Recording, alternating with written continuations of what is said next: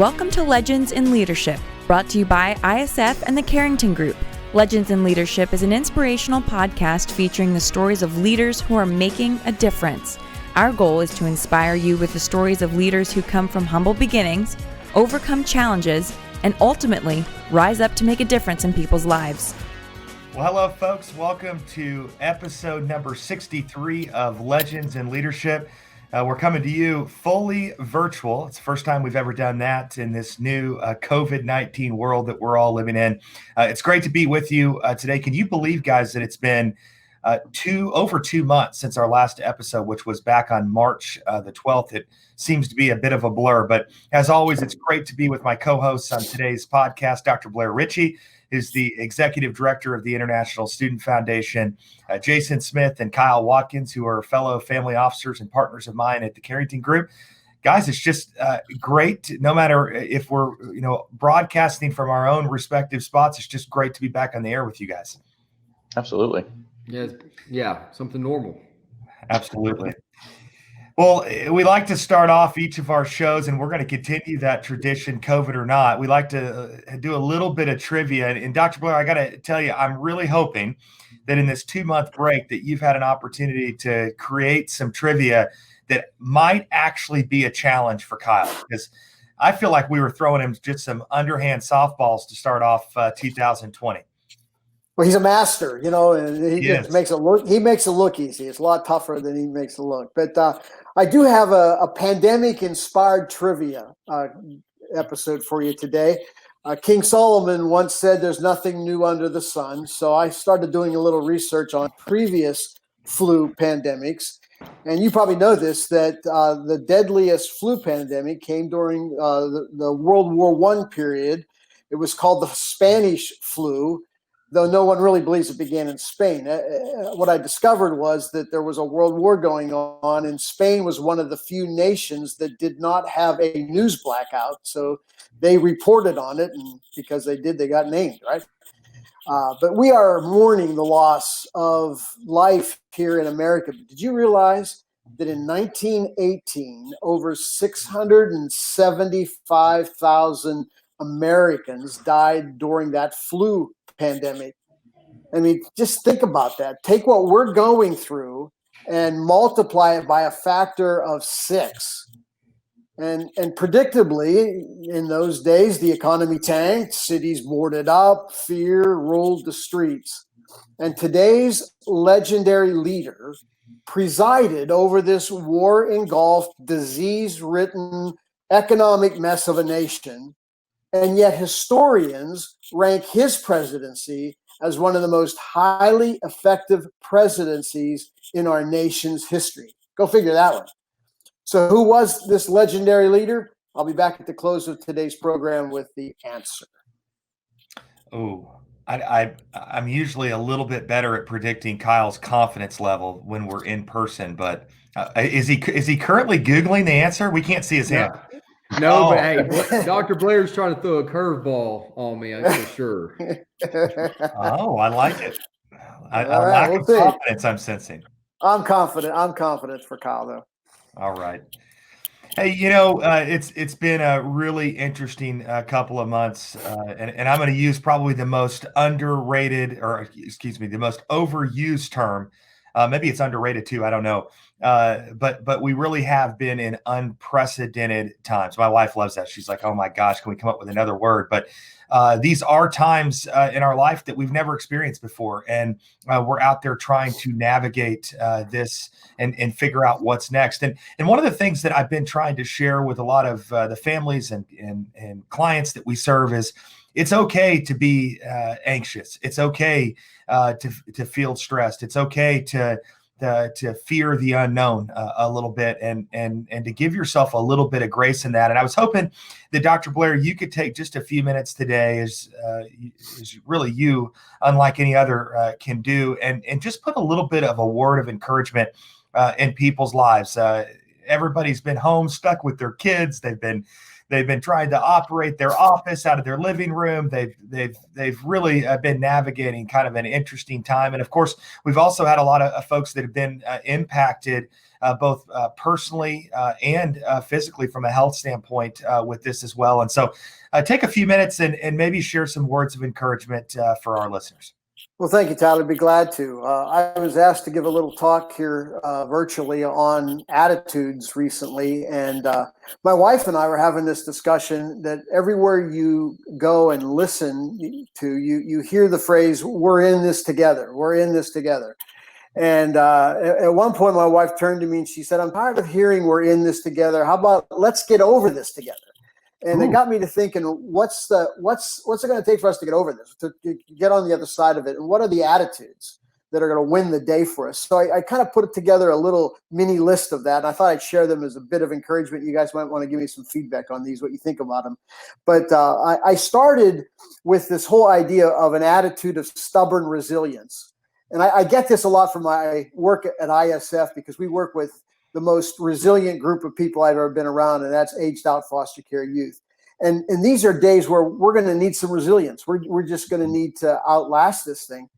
I have a little car wash friend that I visit in the same store area where my smoothie store is, and most of the guys there, English is their second language, and I have a couple friends over there. And I was getting my car washed last week, and he asked me how business was, and I said it was kind of rough, but it's picking up. And I asked him how the car wash was doing. He said same, it's picking up. And he smiled at me and he says, "We better than the virus. We better than the virus." And I had to laugh, and I said, you're right. We're and that's what resilience is. We're just better, and we're going to outlast it. We're going to overcome it. And that attitude is going to be needed and tested. And I just want to encourage everybody, just be resilient, because we're going to outlast this. The second attitude I wrote down on my little list was that we're going to need some critical nonconformity. And I say that because we've all been pressed into conformity, right? I mean, they've been telling us, stay at home. We've conformed. They told us social distancing. We've conformed. Wear a mask. We conform. All those things. And we've had to, and it's a good thing to do what we've had to do to flatten the curve and all the other things that we've all become way too familiar with. But I'm convinced that if we're going to get on the other side, it's going to take some critical thinking, and it's going to take some nonconformity. And that's what leadership's about. Leadership is about seeing what is not yet, but can be. It's about looking at problems and solving them. And that requires a bit of nonconformity in our thinking, a bit of critical thinking. And I want to encourage and release that amongst all of the leaders who kind of are part of our Legends family here. I also want to celebrate the need for creative innovation, because what's going to be taking place in the months to come, I believe, are opportunities that will require creative innovation to take advantage of those opportunities. A fourth attitude, guys, that I think is going to be critical are strategic partnerships.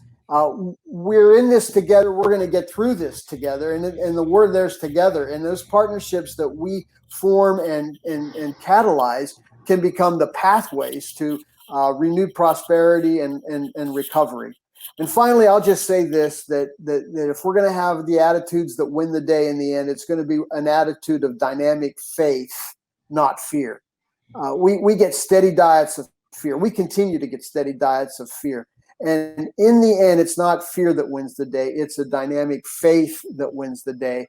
And ultimately, it's a faith in God who's bigger than this virus. And it's also, I think, a faith in each other and in ourselves, that we be better than that virus, and that we have that confidence that enables us to overcome the fear to move forward. So those are some thoughts that just kind of resonated in my spirit that need to be talked about more and more as we move forward in the days to come.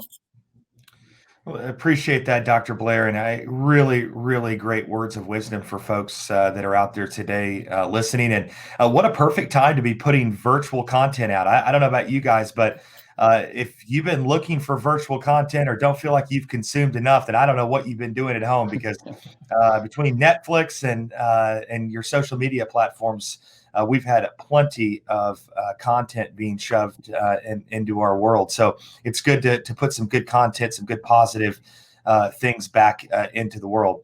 One of the things that I wanted to do today is check in with my hosts. We've talked and we do talk on a weekly basis from a business perspective, but all of us have had our own unique experiences during this time, and I find that people appreciate and are inspired by others and maybe their struggles or maybe the things that they've had to do to adapt during the COVID time period. So I just wanted to check in with you and find out what this whole life has looked like over the last couple of months during COVID. And Dr. Blair, I'll just start with you. What's life look like for you, and what are some of your takeaways? Just some things that you've observed that have been kind of interesting with this. Well, I fortunately am an essential worker, right? I refuse to be non-essential, and I happen to own a little smoothie store that is food for people and has found a way to hang in there and stay open, and that has allowed me to get out. So my wife says I feel like I'm a little bulletproof here, and I don't want to kind of create that image I am. But I've been blessed that my business is still open, and I've been able to get out and about. But it has changed certainly the rhythms, and some of it isn't bad. I enjoy spending more time with my wife and at home, and those are some of the upsides of the downside, right? And thank God I have a happy marriage, and being at home is a fun thing and a good thing. For a lot of people, it's not. On the ISF front, maybe we talk about this a little bit later, but we've been very, very busy because our IF students have been impacted greatly by the pandemic. That's great. And I'm looking forward to hearing some of the stories. There's been some pretty inspiring things that have happened amongst our community on behalf of those kids, and talking about a perspective builder. Their stories, especially during these times, have been fairly difficult. So looking forward to chatting about that. Jason, tell us, you're definitely a dad at home with kiddos. I heard swimming pool season opened earlier this year. Tell us a little bit about your COVID experience so far. Yeah, definitely glad we have the heater on our pool. That came in handy to get out swimming a little earlier than typical. So glad that the kids have that opportunity because they have been separated from their friends and from school and some of the daily rituals and just the joy that they get out of interacting with their friends and peers on a regular basis. So from that perspective, I think early on it was the first week and a half, it was sort of exciting. They felt like they got this unexpected break from school. The teachers, no one was really ready for the conversion to homeschooling. And so there wasn't much work to be done at that point. And I would say about 2 weeks in, when things started to settle in, work for school started to trickle in. They hadn't seen their friends in 2 weeks. It did get a little bit rough. And, we had to focus on keeping them engaged, not just entertained, finding some things. So my 7-year-old son and I took up woodworking. We're building some things in the garage. My wife started a garden in the backyard, planting some fruits and vegetables. Just trying to find those things that we can do to maintain some sanity. And as the restrictions do start to loosen up, we do start seeing people again. That's been a breath of fresh air. My wife, much more than myself, is as an outgoing, extroverted type person. And I've just seen in her how difficult it is to not be able to engage with people and the energy that she gets and my kids get, and myself too, just from being able to relax and have conversations with folks and have a meal out together. So you realize the things that you do take for granted once they're no longer available to you. And I do echo Blair's point about beginning to let the conformity fall away. We did the things that we were asked to. In most communities, the curve has been flattened. And we need to allow people to start to get back to daily life. And especially as an entrepreneur and having friends and clients that are entrepreneurs, we talk about measured risk And stepping out your front door is a measured risk. Driving your car is a measured risk. And as we saw with some car insurance companies providing refunds to their policyholders, because there's the recognition that if you're not out on the road, you aren't risking your life, in an accident. And so I'm seeing some sparks across different communities that say, look, the cure can't be worse than the disease. We can't continue to operate in a manner that's going to cause more collateral damage than what the virus ultimately could cause, even at its worst. So certainly seeing some of the civil disobedience that's kind of popping up on the news in areas where the tight restrictions have remained in effect. And I think it's time to have that conversation about what does it look like to get on the path back to living life. Terrific points, and looking forward here in just a little while to discuss just some of the things that have come from an economic relief standpoint, and some of the observations that we've had as a family office at the Carrington Group. Sir Kyle, same theme for you, kiddos at home and tons going on. Tell us a little bit about your COVID experience. It looks like you're growing a good-looking beard there too. Are the kids causing your hair to fall out and more to grow on your face, or what's happening? No, actually, this has been trimmed up about 4 times, and I look like I could play bass for ZZ Top at about mid-April. So this is actually trimmed way back. But kind of to echo a number of points that Jason made, the first few weeks we're trying to figure it out. Mine are 7, 5, and 2, and the 5 and 2 were in daycare. So they were at home. Then the 7-year-old, until they really got school going again, we were trying to figure it out. And then my wife and I both working, trying to tag out or work for an hour. Then she'd work for an hour. Then I'd get 2 hours. And it came to a point that is just so stressful that we ended up getting a babysitter to come over for 3 hours a day to work so we could work. And that was, stressful, not an ideal situation. But one thing that we have, perspective that we have gotten out of this is just, this is about as tight knit as we've been as a family. And not that we didn't care or love each other before, but whenever you have 2 working parents, everybody's at daycare or school, you pick them up from school, especially if they're sports or something, you have very little quality time with them. And then you eat dinner, get cleaned up, and it's time for bed, and you're ready to collapse. But we have had so much more quality time and things that we want to educate and instill in our kids. We've been so much more active in doing that. And one thing that has been a blessing and helped us get through this situation is just on our little block here, we've got 5 other families about the same age. Kids are about the same age. And so, being able to hang out in somebody's front yard and all the kids play together, ride bikes together. They call themselves the bike gang. There's like 8 kids, 10 kids that ride bikes. We had 8 kids over jumping on the trampoline at 9 a.m. this morning. So the relationships around us, we've all liked each other and we've done stuff together, going to dinner and everything together. But we're that much more of a tight knit community just on our block. So there have been some positives that's come out of this thing.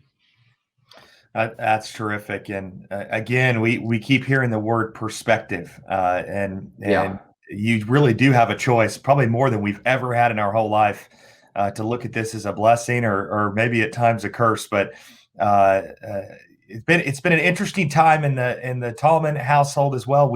Anything going on with you, Tyler, that's new? Right. April 6th, we welcomed Luke Edward Tallman to the world. And it was interesting. I'll give a shout out to my brother, John Tallman, and his wife, Jill. They, in the middle of all this, started their own podcast called The In-Betweens. And it's a really interesting podcast, and I won't take up our time here, but they featured us as a couple on the podcast because they wanted to know what it was like to have a COVID-19 baby. And and I'll tell you that as I weave this into perspective, I have to say that one of the observations that I've made across our country, and then here locally, is just how united we really are as medical professionals, as local business owners. It's been really neat to see everybody adapt and figure out a way to make the best of a really difficult situation. But we were excited to welcome Luke to the world. We're doing great. We're trying to sleep when we can, but we're just feeling really blessed to have him home with us. And same, for us, in going to what Kyle said, we've really tried to appreciate the uniqueness of being able to have this kind of intimate quality time with our son that I'm not sure without COVID would have ever happened. I didn't get the luxury of, taking 2 to 3, silent weeks due to everything going on. But, I really do appreciate and try not to just underestimate the power of all of us being together for as much as we have, and the impact that has on the relationship with our little boy. So he's just crossed 6 weeks this week, and just a true joy to us. And we're just excited about things reopening and trying to get back to some level of normalcy. But again, a huge shout out to all of the healthcare professionals out there, the nurses and doctors that were so good to us and to continue to be so good to so many out there. They really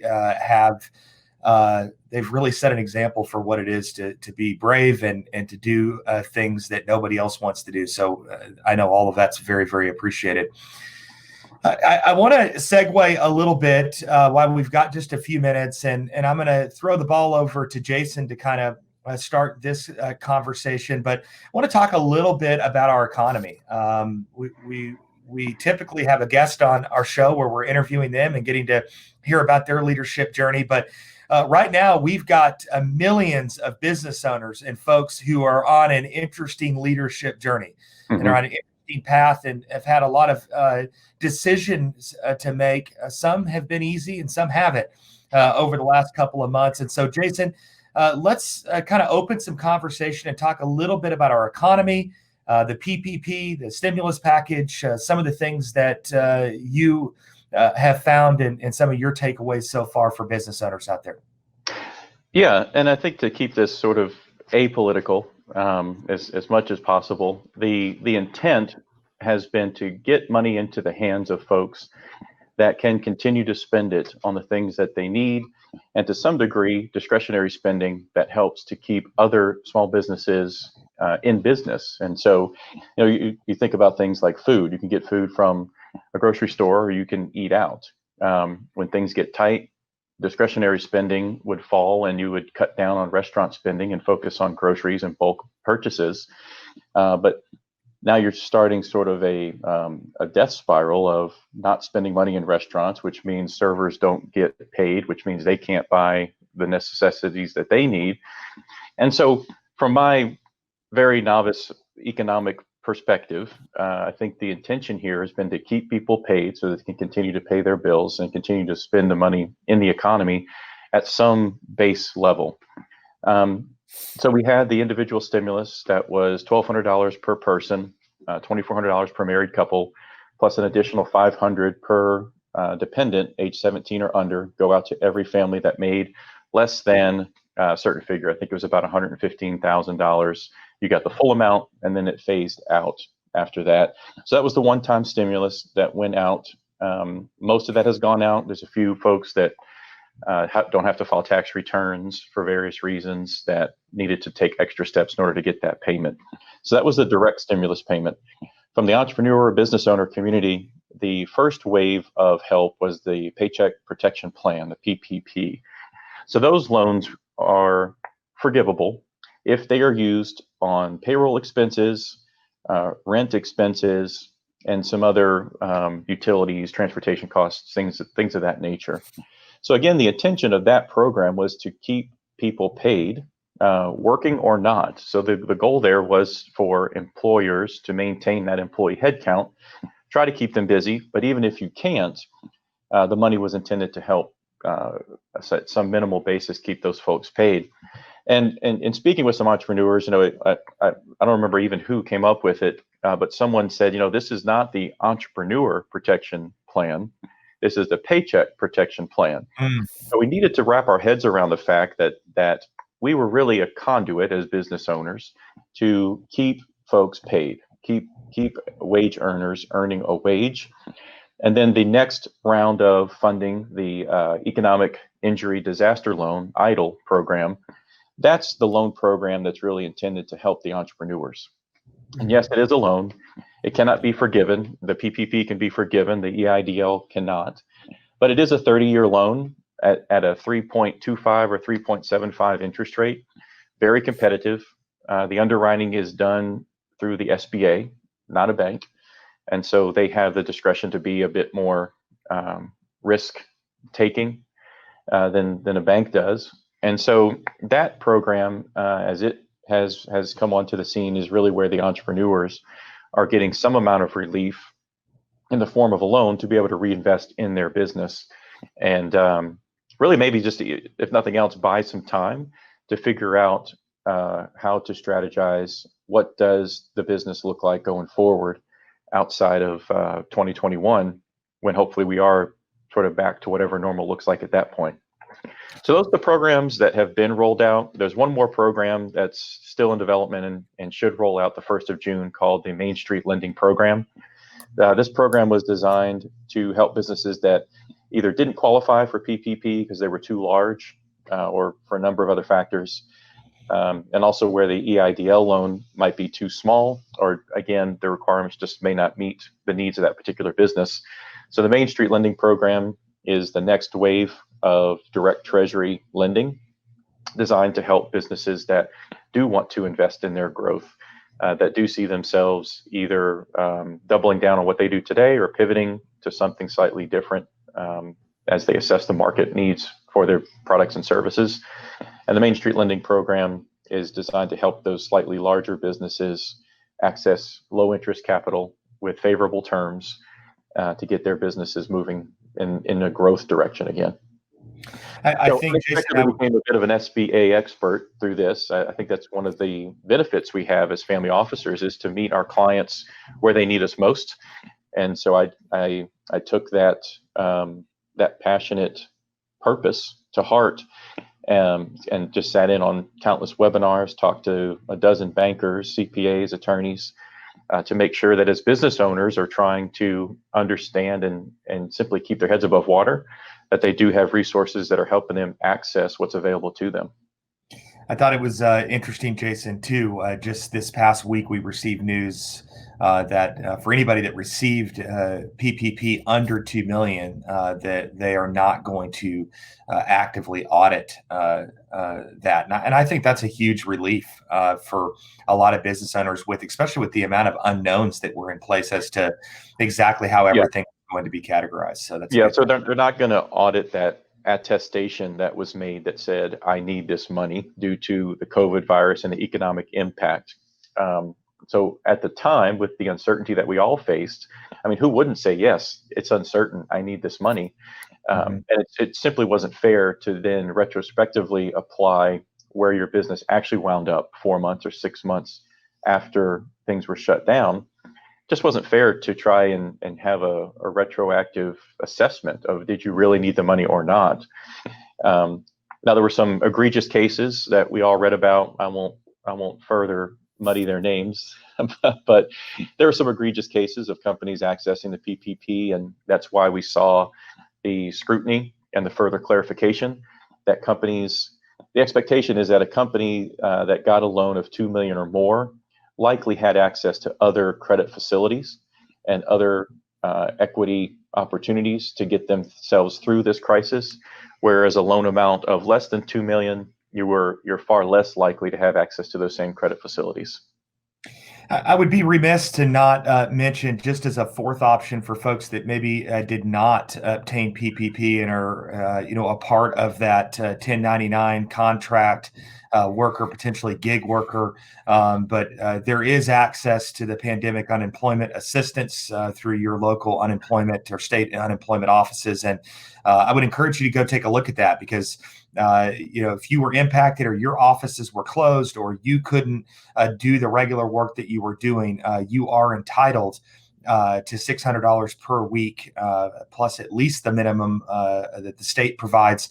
And then if you want to provide your financials, you can get additional funding as well. So would definitely encourage you to look at that. I would put a disclaimer: you cannot collect PPP and unemployment, but this would be for someone who did not obtain PPP for various reasons. Go take a look at your other options through your state unemployment offices. One of the other things that came to mind to me, we had a podcast back in January. It was part one of a 4-part series that I'm still determined that we're going to get to this year, called What Really Matters. And as I listened to that, we talked a lot about setting goals.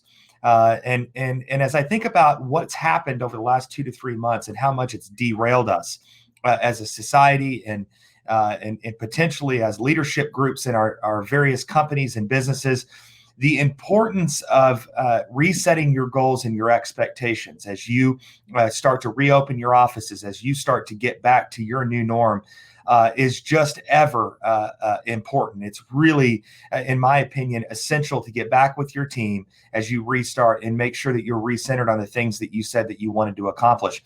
But I would say that the other caution, and I read a great article this week about how life has changed with everybody at home, and how that they have set these new expectations for themselves and for their family units that may or may not have created an expectation that's not attainable. And what I mean by that is, are you the kind of person that maybe is finding that you're trying to be it all now? You're trying to be the best cook. You're trying to be the best gardener. You're trying to have the best house on the block, the best lawn on the block.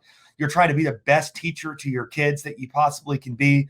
You're trying to be the best business owner that you could possibly be, all under this new norm that has been created by COVID-19. And my encouragement is to realize that you can't do it all. You can try to do it all, but you can't do it all. And to give yourself some grace during these times, to really focus in on the things that are most important to you in your life and not lose sight of the most important thing. And that is your goals, the things that you truly want to achieve. And so my encouragement is to think about that, give yourself some grace, give your family members some grace, and realize that we're all in this together. Believe it or not, we're already almost 30 minutes into our show. And one of the things that I want to do is give Dr. Blair the opportunity to share with us a little bit about our ISF students that have had some pretty interesting challenges that have come from COVID-19. We even had an ISF student that was infected by COVID-19. And talk a little bit about what our donors board and so many generous people have been able to do, Dr. Blair, in helping these kids as they navigate these times. We've had 2 students who have spent each a week in the hospital. Out of our 50 students, 2 were infected and struggled a bit. And we're grateful that they recovered and that they're doing well today. But we raise money for scholarships. We raise money to help kids stay in school. And then along comes a pandemic, and you've got this challenge where, just think about this. The college says you have to go home. Right, we're closing out. We're going to online learning, and if you're aged out foster, where's home? And so that just raised a whole nother set of issues for some of our kids. Where do they go? Some of them had to go back to their foster parents and say, "Hey, do you think I could come back there?" And we've had to step in to provide some short-term help on their way to a little more stable setting. Many of our students lost jobs, and how do they even now get food to feed themselves? And so the great thing about what ISF does with these students is we're part of a family, and we care for one another. And we've had to go to our donors and say, hey, we've raised money for scholarships and helping kids stay in school, but now we've got some emergency needs. And we did a virtual panel this spring, and we're able to just reach out to our donors, and they generously gave over $12,000 into our emergency pandemic fund. And that has enabled us to come alongside of many of our students and just assist them in their time of need. Because again, who do they have to call? And to be able to be part of their story in a meaningful way, the pandemic has given us opportunity to show them just that people care and that they matter. And here's how you matter when someone steps up and buys you food that you need, or pays rent that you can't afford to pay, that helps you through a hospitalization, that buys a computer so you can do online learning. All of those things happened over the last several months as ISF has really put that whole idea of you matter to tangible ministry. It's been great. Yeah, it really has been fun, Blair, to watch ISF as an organization from the Carrington Inn. I know that ISF is something that we hold near and dear to our heart, and to see you guys adapt and do your podcast panel that you did with all of the students, and just how meaningful that was to our donors and to a lot of people that didn't know the ISF story. And I would encourage you, if you got a little bit extra right now, and I know that's a lot for a lot of people, but these kids, they need it. And you can go to isfsite.org and go to our donate tab and give a little bit of back to these kids who don't have families, who many of which don't have a roof to be under right now, and really help them out. It's been great to see everybody gather around those kids and really make a difference. Yeah, Tyler, also I can add that our Facebook page, ISF Facebook page, has some of those stories that will inspire. If you missed any of those panels, they're great, inspiring stories. That's great. We'll have Cash, our producer, put the ISF URL up so everybody can easily access that as they watch our podcast today. Next week, June 4th, we're excited to get back to our new norm. And to be completely honest, we're not exactly sure what that's going to look like yet.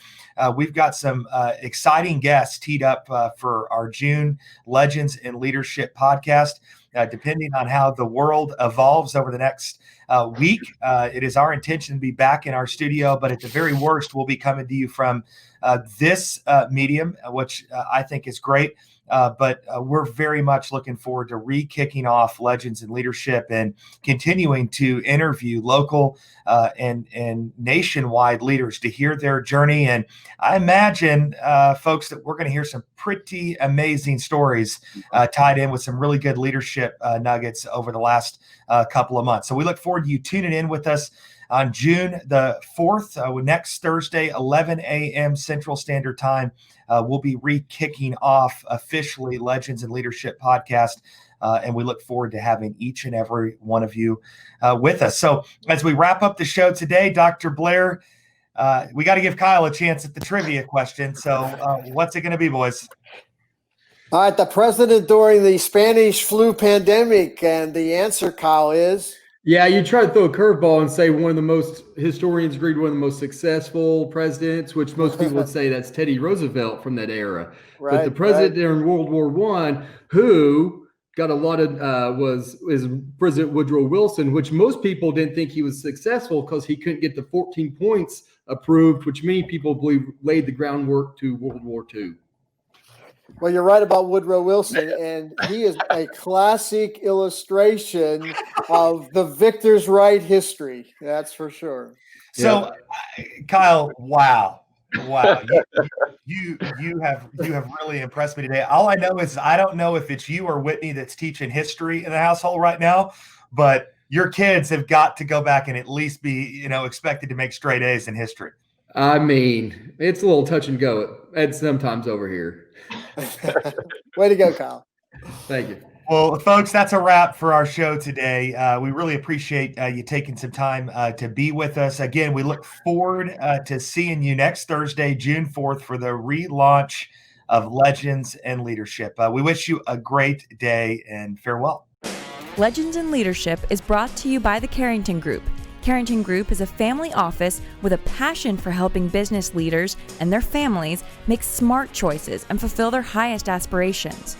To learn more about the Carrington Group, visit their website at www.carringtonfo.com or Google Carrington Group Dallas, Texas. ISF is committed to leadership development for aged-out foster care and orphaned youth. ISF's mission is to transform these youth into tomorrow's leaders with scholarships, mentoring, and leadership training. To learn more about ISF, visit their website at isfsite.org or Google International Student Foundation to learn more. Securities offered through Regulus Advisors, LLC, member FINRA/SIPC. Investment advisory services offered through Regal Investment Advisors, LLC, an SEC-registered investment advisor. Regulus Advisors and Regal Investment Advisors are affiliated entities. Carrington Group and this broadcast are independent of Regulus Advisors and Regal Investment Advisors.